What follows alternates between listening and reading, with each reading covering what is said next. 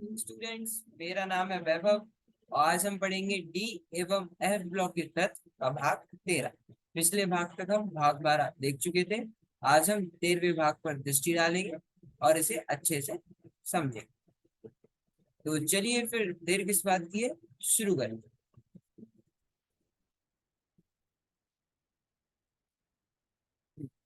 आज हम पढ़ेंगे 4.3.7 उच्चतम ऑक्सीकरण अवस्थाओं के स्थायित्व की प्रवृत्ति।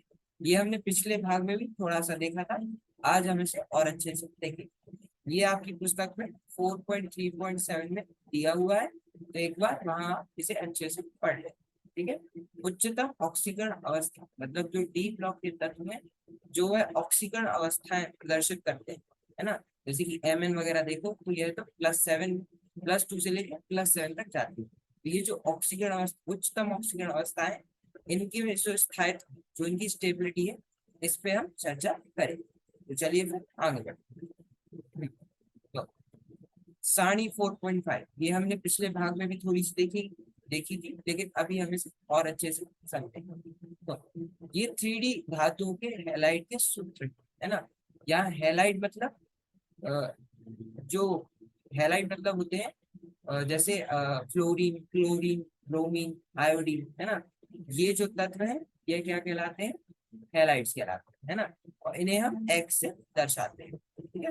तो जब हम ये ऑक्सीकरण संख्या है और ये हमारे धातु हैलाइड, ठीक है।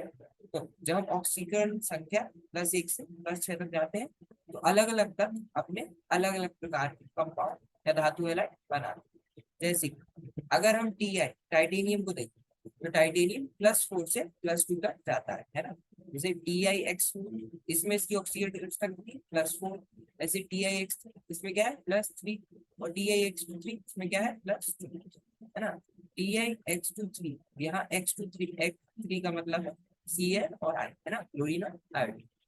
तो ऐसे ही जब हम वेनेडियम की बात करते हैं तो BF5, BX14, BX3, BX2 कितना +5 से अगले +2 तक, है ना।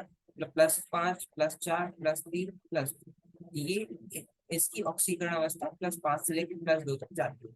और इसी प्रकार से अपने धातु हैलाइड बनाते हैं। ऐसे जब हम क्रोमियम की बात करते हैं तो +6 से +2 तक जाते हैं। जैसे CrF6, CrF5, यहाँ पे फ्लोरीन की बात हो रही है ना, क्लोरीन भी हैलाइड है।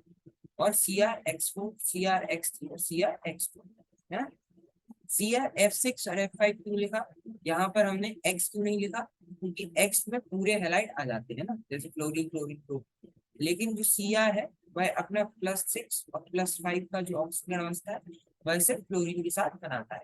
इसलिए हमने यहाँ CrF6 और CrF5 लिखा है। ऐसे ही हमने यहाँ पर BF5, जी एक्स जो है, एक्स का मतलब है यहाँ पर सारे हैलाइड आ जाएंगे, है ना। Mn मैंगनीज देखा हमने तो MnF4, MnF3, MnX2 +4 +3 ये किस क्लोरीन के साथ बनाता है और +2 ये एक्स हैलाइड के साथ बनाता है। इसमें कोई दिक्कत नहीं। चलो ऐसे ही हम Fe आयरन की बात करते हैं X3 / Fe2, है ना। Fe3 / Fe2 +3 और +2 हैलाइड के साथ बनाता है। ठीक है, इसमें कोई दिक्कत? यहाँ एक्स में क्या है क्लोरीन। जब हम कोबाल्ट की बात करते हैं, कोबाल्ट CuF3 और CuX2 बनाता है। मतलब है +3 ऑक्सीकरण अवस्था फ्लोरीन के साथ दिखाता है और CuX2 जहाँ पर सारे हैलाइड आ जाते हैं क्योंकि +2 ऑक्सीकरण अवस्था में दर्शाता है। ऐसे NiX2 है जो है निकेल जो है अपना, वह +2 की ऑक्सीकरण अवस्था में NiX2 बनाता है। ऐसे अपना CuX2 और CuX3, है ना, ये +2 और +1 की ऑक्सीकरण अवस्था में बताते हैं। ZnX2 है वह NiX2 की तरह सिर्फ एक ही हैलाइड का धातु धातु हैलाइड बनाता है अपने +2 की ऑक्सीकरण अवस्था में। इसमें कोई दिक्कत? अच्छे समझ में आ गया? ठीक है, चलो आगे बढ़ते हैं। अधिकतम ऑक्सीकरण अवस्था को स्थायित्व प्रदान करने की फ्लोरीन की क्षमता या तो इसकी उच्च चालक ऊर्जा के कारण होती है, जैसे कि CaOF3 के संदर्भ में, या उच्च सह संयोजक यौगिक यौगिकों जैसे BF5 और CrF6 में उच्च आवर्त एंथैल्पी के कारण होती है। देखिए, जो अधिकतम ऑक्सीकरण अवस्था स्थायित्व प्रदान करता है, मतलब जैसे आप कोई भी तत्व ले, है ना, तो जो उनकी अधिकतम ऑक्सीकरण अवस्था है, मतलब +7 +6 +5 है ना, ये क्या होगा, ये काफी, इनकी ऑक्सीकरण अवस्था है वो काफी ज्यादा है ना। तो जो फ्लोरीन है वह क्या अधिकतम ऑक्सीकरण अवस्था दर्शाती है ना। तो अधिकतम मतलब इसके साथ जो तत्व है वह अधिकतम ऑक्सीकरण अवस्था दर्शाते हैं। तो अधिकतम ऑक्सीकरण अवस्था स्थायित्व प्रदान करने के लिए जो फ्लोरीन की क्षमता है वह क्यों है, या तो उसकी जो उच्च चालक ऊर्जा के कारण होती है ना। उसके दो कारण हो सकते हैं, पहला ये उसके उच्च चालक ऊर्जा के कारण, जैसे कि हमने CuF3 के संदर्भ में देखा था है ना। कोबाल्ट F3 जो था, CuF3, इसके संदर्भ में जो जो अधिकतम ऑक्सीकरण अवस्था दर्शा रहा है कोबाल्ट, इसका कारण क्या है, उच्च चालक ऊर्जा। लेकिन जब उसका दूसरा भी कारण हो सकता है ना, तो पहला क्या है, उच्च चालक ऊर्जा, और दूसरा क्या है, उच्च सह संयोजक यौगिक है ना। उच्च क्या है, उच्च सह संयोजक यौगिक, जैसे कि अभी उच्च चालक ऊर्जा CuF3 के माध्यम से देखा हमने, ऐसे ही उच्च सह संयोजक यौगिक में VF5 और CrF6, इसी वजह से ये इन्हें स्थायित्व प्रदान होता है ना। VF5 और क्या, CrF6 में उच्च आबंध एंथैल्पी के कारण होती है ना। तो क्या है, उच्च चालक ऊर्जा या फिर उच्च सह संयोजक यौगिक, जिनमें उच्च आबंध एंथैल्पी के कारण होती है, इसमें कोई दिक्कत नहीं। CuF3 का क्या है, उच्च चालक ऊर्जा, और BF5 और CrF6 का उच्च सह संयोजक यौगिक, ठीक है, इसमें कोई दिक्कत नहीं। चलो आगे। यद्यपि BF5 के केवल B5 को प्रदर्शित करता है, अन्य हैलाइड जल अपघटन पर ऑक्सो हैलाइड BOX की देते हैं। जो BF5 है वह केवल B5 को दर्शाता है ना। B5 कैसा, मतलब जो वेनेडियम है उसकी +5 की ऑक्सीकरण अवस्था को दर्शाता है। या F फ्लोरीन की ऑक्सीकरण अवस्था कितनी होती है, -1, ये हैलाइड है ना, हैलाइड सिद्धांत -1 होती है ना। तो फ्लोरीन के होते हैं -1, और यहाँ कितने 5 है, तो -1 × 5 = 0, मतलब बी को अगर x ले लें, x -5 = 0, x क्या आ गया +5, x किसे हमें बी वेनेडियम को माना था। तो हमारा जो बी है इसकी ऑक्सीकरण अवस्था क्या है, +5 है ना, केवल B5 को दर्शाता है। अन्य हैलाइड जल अपघटन पर ऑक्सो हैलाइड BOX की देते हैं। जो अन्य हैलाइड है वह हाइड्रोलाइज या जल अपघटन पर ऑक्सो हैलाइड देते हैं। ऑक्सो हैलाइड मतलब जैसे BF5 तो ये क्या है, ये सिर्फ हैलाइड है। ऑक्सो हैलाइड मतलब नाम से देखो, ऑक्सो, ऑक्सो मतलब बीच में ऑक्सीजन आ जाएगा, इसलिए ये क्या आ गया BOX। एक्स क्या है, यहाँ पर हैलाइड को दर्शा रहा है, O क्या है, ऑक्सीजन है, बी अपना वेनेडियम है ना। तो BOX यहाँ पर O बीच में आ गया, इसे हमने क्या कहते हैं, ऑक्सो हैलाइड। तो जो अन्य हैलाइड है वह जल अपघटन में ऑक्सो हैलाइड देते हैं, जैसे कि BOX। फ्लू फ्लू देखो फ्लूओराइडो का दूसरा गुण है ना, क्लोराइडो का जो दूसरा गुण है वह निम्न ऑक्सीकरण अवस्था में इनका अस्थायित्व, जैसे कि तो फ्लोराइडो है, उनका दूसरा गुण क्या है, निम्न ऑक्सीकरण अवस्था। निम्न मतलब जब +1 +2 है ना, इन ऑक्सीकरण अवस्था में यह क्या होते हैं, अस्थायित्व होते हैं, मतलब इनस्टेबल अनस्टेबल होते हैं, मतलब इन्हें स्थायित्व ज्यादा प्रदान नहीं होता। जैसे कि अगर हम VX2 देखें है ना, VX2 जहाँ X क्या है, क्लोरीन ब्रोमीन और आयोडीन, और या फिर हम CuX देखें है ना, CuX देखें, यहाँ पे भी X क्या है, क्लोरीन ब्रोमीन और आयोडीन। तो ये क्या है, ये कम ऑक्सीकरण अवस्था पर अनस्टेबल या फिर अस्थायी होते हैं, ठीक है। और VX2 और CuX मतलब वेनेडियम की जो हैलाइड है VX2, जहाँ उसकी ऑक्सीकरण अवस्था +2 है ना, और Cu में भी जहाँ उसका ऑक्सीकरण अवस्था क्या है, +1 है ना। तो इन दोनों ही जगह यह अस्थायी है। दूसरी ओर आयोडाइड के अतिरिक्त Cu2 के सभी हैलाइड ज्ञात हैं। आयोडाइड के अतिरिक्त Cu2 है, Cu2 मतलब Cu की 2+2 की ऑक्सीकरण अवस्था है ना। तो Cu के +2 ऑक्सीकरण अवस्था में आयोडाइड को छोड़ के है ना, आयोडाइड को छोड़ के I2 को छोड़ के है ना, आयोडीन को छोड़ के बाकी सभी के साथ इसके हैलाइड ज्ञात है ना। यहाँ जैसे कि अगर आप ये रिएक्शन है ना, तो क्या हो रहा है, Cu2 plus plus 4I- gives Cu2I2 solid plus I2। यहाँ पे हमारा कॉपर क्या है, +2 की ऑक्सीकरण अवस्था में है, और I कितना है, I-1 की ऑक्सीकरण अवस्था में है, ठीक है, इसमें कोई दिक्कत नहीं। तो ये Cu2+ है, +2 की ऑक्सीकरण अवस्था से यहाँ पे आया Cu2I2 बन गया, और इसने क्या किया, I- को I2 में ऑक्सीकरण करता है ना, I- से क्या किया, इसे I2 में ऑक्सीकरण कर दिया। ठीक है, तो Cu2+ के साथ इसका कोई भी हैलाइड नहीं। क्यों? अगर आप Cu2I2 भी देखो तो यहाँ पर Cu कॉपर का ऑक्सीकरण अवस्था कितनी, आयोडीन हैलाइड है, इसकी ऑक्सीकरण अवस्था कितना हो, -1 है ना, 2 एटम है, 2 परमाणु है, -2 इंटू -1 है, कितना हुआ, -2।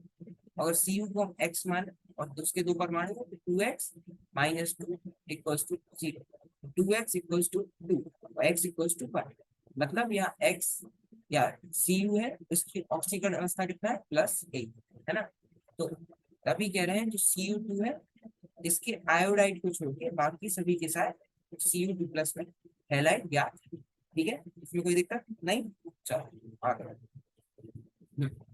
तथापि अनेक Cu+ यौगिक जलीय विलयन में अस्थायी तथा निर्माण अनुसार असमानुपातित होते हैं। देखो, असमानुपातित मतलब डिस्प्रोपोर्शनेशन है ना, मतलब जब हम Cu+ को देखेंगे, अगर आप ये रिएक्शन देखें है ना, 2Cu+ gives Cu2+ plus Cu है ना। जब हमने अनेक Cu+ यौगिक जल विलयन में अस्थायी है ना, जो Cu+ है वह क्या है, जल विलयन में क्या है, अस्थायी मतलब टेम्पररी।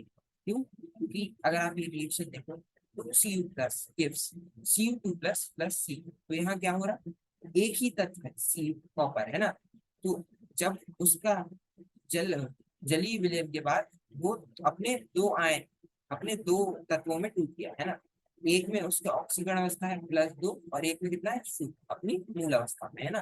तो यहाँ पर क्या हुआ, यहाँ पर Cu+ से ये Cu2+ पे चला, मतलब क्या हुआ, इसका ऑक्सीकरण हुआ है ना।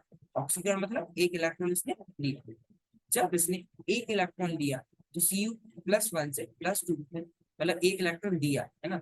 Cu+ मतलब यहाँ हम धनात्मक की बात कर रहे हैं तो यहाँ इलेक्ट्रॉन दे रहा है ना।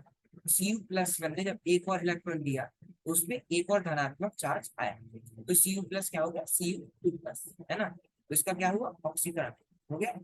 और लेकिन जब हम दूसरी जगह से देखें Cu, तो ये क्या आ गया, +1 से शून्य में आ गया है ना, अपनी +1 की ऑक्सीकरण अवस्था से अपनी मूल अवस्था में आ गया। तो इसका मतलब क्या है, इसने एक इलेक्ट्रॉन लिया और अपनी मूल अवस्था में आ गया। तो जब एक ही तत्व अपचयन और ऑक्सीकरण है ना, एक ही तत्व ऑक्सीकरण और अपचयन दोनों ही एक साथ एक ही रिएक्शन में दर्शाता है, तब हम उसे असमानुपातित कहते हैं है ना, यहाँ पे डिस्प्रोपोर्शनेशन रिएक्शन बोलते हैं। इसमें कोई दिक्कत नहीं, समझ आ गया अच्छे से। चलो आगे बढ़ते हैं। Cu2+ एक्वस का स्थायित्व Cu+ एक्वस से अधिक होने का कारण इसकी जलयोजन एंथैल्पी हाइड्रेशन H- का Cu2+ की तुलना में बहुत अधिक ऋणात्मक मान होता है, जो कॉपर की द्वितीय आयनिक एंथैल्पी की क्षतिपूर्ति से अधिक है। ठीक है, जो Cu2+ है उसका स्थायित्व Cu+ से ज्यादा है। क्यों? का स्थायित्व से अधिक होने का कारण यह है कि उसकी जो जलयोजन एंथैल्पी है ना, डेल्टा हाइड्रेशन H, जो जलयोजन एंथैल्पी है वह Cu2+ की तुलना से बहुत अधिक ऋणात्मक मान है ना, उसका मान क्या है, काफी अधिक ऋणात्मक, जो कॉपर की द्वितीय आयनिक एंथैल्पी की क्षतिपूर्ति से अधिक है। ठीक है, कॉपर की द्वितीय आयनिक एंथैल्पी की क्षतिपूर्ति से अधिक है। इसमें कोई दिक्कत नहीं, अच्छे समझ में आ गया। चलो आगे। ऑक्सीजन की उच्चतम ऑक्सीकरण अवस्था को स्थायित्व प्रदान करने की क्षमता ऑक्साइडों में प्रदर्शित होती है ना। जो ऑक्सीजन की उच्चतम ऑक्सीकरण अवस्था, अगर आप देखो Mn2O7 यहाँ पर जो मैग्नीज है उसकी ऑक्सीकरण अवस्था कितनी, अगर O जो है ऑक्सीजन का कितना होता है, -2 है ना, 7 परमाणु है तो -2 इंटू 7, और Mn को अगर हम x लें 2x -40 equals to 0, 2x equals to 40 और x इक्वल्स टू 7, तो जो Mn है इसका ऑक्सीकरण अवस्था कितना है, +7। तो ऑक्सीजन की उच्चतम ऑक्सीकरण अवस्था को स्थायित्व प्रदान करने की क्षमता ऑक्साइडों में प्रदर्शित होती है ना, वहां पर ऑक्साइडों में प्रदर्शित होती है।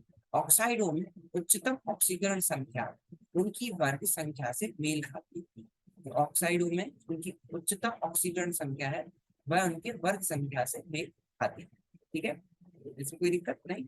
और यह Sc2O3 से Mn2O7 तक देखने को मिलता है। ठीक है, यह इनके वर्ग। जैसे कि अगर हम स्कैंडियम देखें, है ना, तो इस यहाँ देखो Sc2O3, तो O कितना है, -2 है ना, तो माइनस Sc x माने 2x -2 × 3, 2x -6 = 0।